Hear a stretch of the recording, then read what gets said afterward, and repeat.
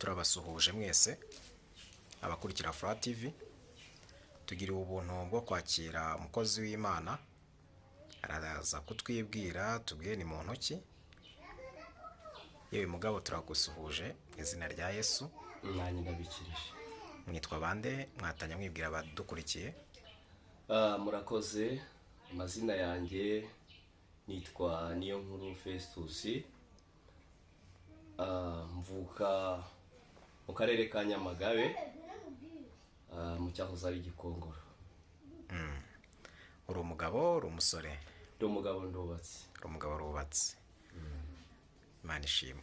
Ukorera umurimo w'Imana he? Uri umuvugabutumwa, uri umupasiteri, uri inshingano ni iyihe mu itorero? Ndi umuvugabutumwa bwiza mu ijambo ry'Imana, uko Imana imfashije ndetse no mu ndirimbo. Sengera mu itorero ijambo ry'ubugingo, ribarizwa mu murenge wa Gasyata.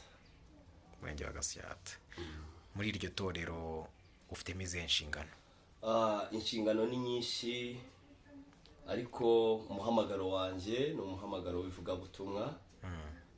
Mvuga ubutumwa bwiza mu ijambo ry'Imana. Ariko amakuru mfite ni uko waba nguri n'umuhanuzi. Ibyo bijya biza, ni impano y'Imana, ariko ntabwo ari ibintu biza buri gihe. Ni impano y'Imana kuko ntabwo umuntu ahanura buri munota cyangwa se buri segonda, ahubwo uhanura kuko wagize umwanya wo kwihererana n'Imana. Ntabwo bihoraho. Yego. Bishatse kuvuga ko utari bumpanurire rero? Imana impishuriye ikambwira nakubwira, ariko nta n'ikimbwiye.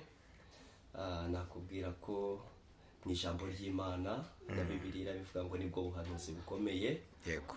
Ijambo ry'Imana kandi naryo ni ubuhanuzi. Naryo ni Kuba ubuhanuzi. navuze ijambo ry'Imana nabwo ni ubuhanuzi bukomeye. Yego. Ariko hari n'abakunda kumva imvugo y'Imana kumva ko aribwo buhanuzi bubaye ubuhanuzi. Nk'abantu bari hanze ya kamera, bari hirya no hino ku isi, hari ushaka kukumva ariko ntiyumve rya jambo ry'Imana nk'uko yakumva ngo Imana iravuze muri rya jwi twari tumenyereye ry'ubuhanuzi. Nk'uwo muntu wamubwira ngo iki nkawe ubimazemo igihe? Icyo navuga, kubera ko ubundi akenshi ntabwo twakubakira wenda ku buhanuzi gusa, ahubwo tugomba kubakira no mu ijambo ry'Imana, kuko Bibiliya iravuga ngo guhanura bizarangira, kuvuga indimi bizarangira, ndetse n'ubwo buhanuzi abantu baba bashaka bubakiyeho nabwo buzarangira, ariko ijambo ry'Imana ryo rizahoraho. Kandi nababwira ko bagomba kuyoboka Yesu. Igihe cyose umuntu yegereye Imana, Imana imubwira gishaka kumubwira. Si ngombwa ngo mbe ndi umuhanuzi n'undi wese yamukoresha, bitewe n'ubusabane nyine yagiranye n'Imana. Ni ukuvuga ko ubuhanuzi ari ubwa buri wese? Yego, uko mbyumva ubuhanuzi bwaba ubwa buri wese bitewe n'ubusabane yagiranye n'Imana. Ari ryo rya jambo yavuze ngo mugere mutegereze? Ririya jambo riri mu byakozwe n'intumwa. Ntekereza ko Yesu ababwira ngo bamutegereze azaboherereza umwuka wera, iyo abantu bagize umwanya wo kuba hamwe no guhuza umutima, ariko batumbiriye Imana, hari icyo bari kubwira Imana, bategereje Imana, Imana ibaha icyo bayisabye.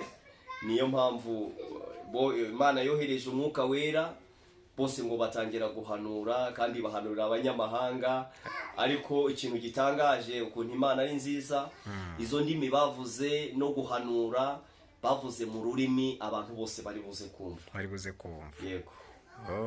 Ni ukuvuga ko Imana ivuga mu rurimi umuntu yumva? Yego, Imana ntabwo ishobora kuvuga mu rurimi umuntu atumva, kubera ko ibyo igiye kukubwira ibishaka kubimenya, niyo mpamvu ivuga ururimi wumva. Nuko nyanumva bamwe bavuga mu ndimi hano mu mashuri tutarumva bigishamo, nimba ari Igifaransa nimba ari igiki sindamenya, sindagira ubwo bumenyi. ariko njya numva bavuga mu ndimi ntawumva, yego ariko nyuma nkumva baravuze ngo Imana iravuze. yego Ese buriya busobanuro baba baduhaye aba ari ubusobanuro bwa nyabwo ko byambi tuba tutabyumvishe mu rurimi twumva? yego murakoze, ariko hari icyo ndi busubizeho aho. Nibwira ko izi ndimi abahanuzi bavuga cyangwa se dukoresha ntabwo ari indimi zigwa mu mashuri, cyangwa se ntabwo ari igifaransa cyangwa se izindi ndimi zikoreshwa hano mu isi nk'uko bisanzwe.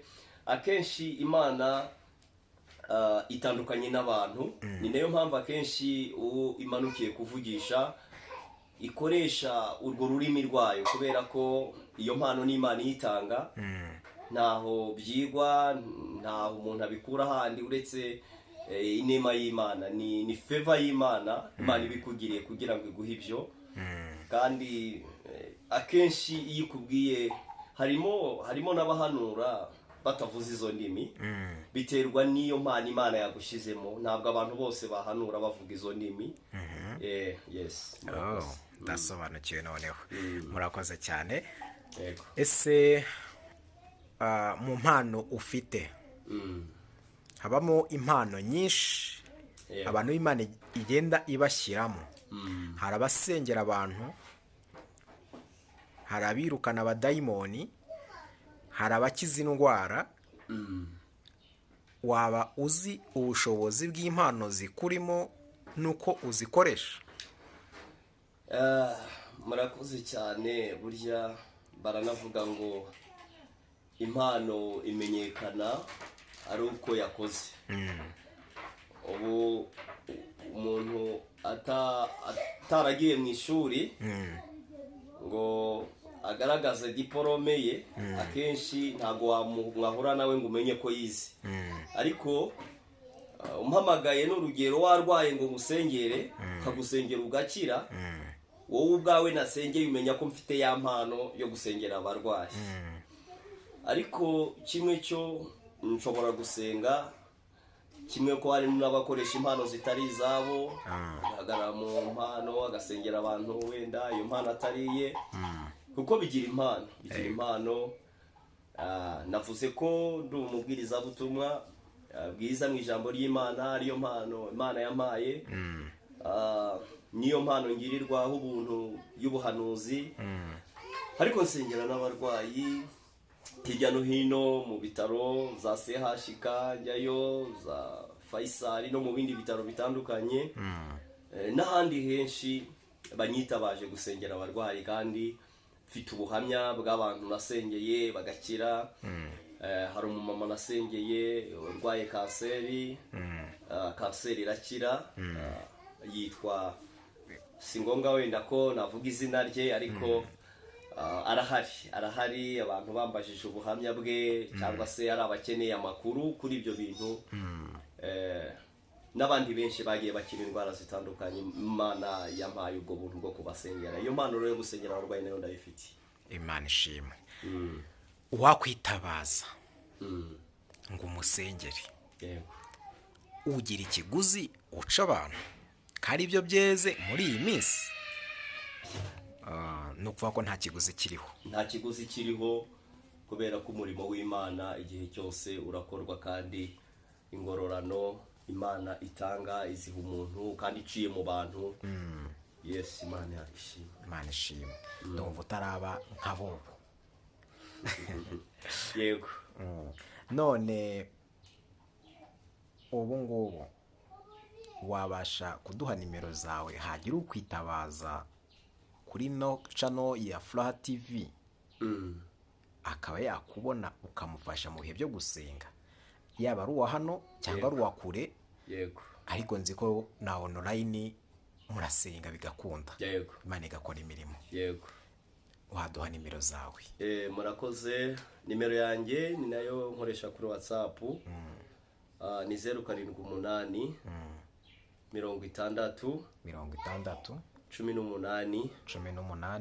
18 341. Kabari niyo nkuru Fisto. Reka nzisubiremo. 078 yego 60 18 341. 341. Iyo niyo nimero nkoresha igendanwa ndetse no kuri WhatsApp igaragara. Yesu aguha umugisha. Murakoze cyane. Twishimiye kubana natwe Yego. kuri Furaha TV. Yego.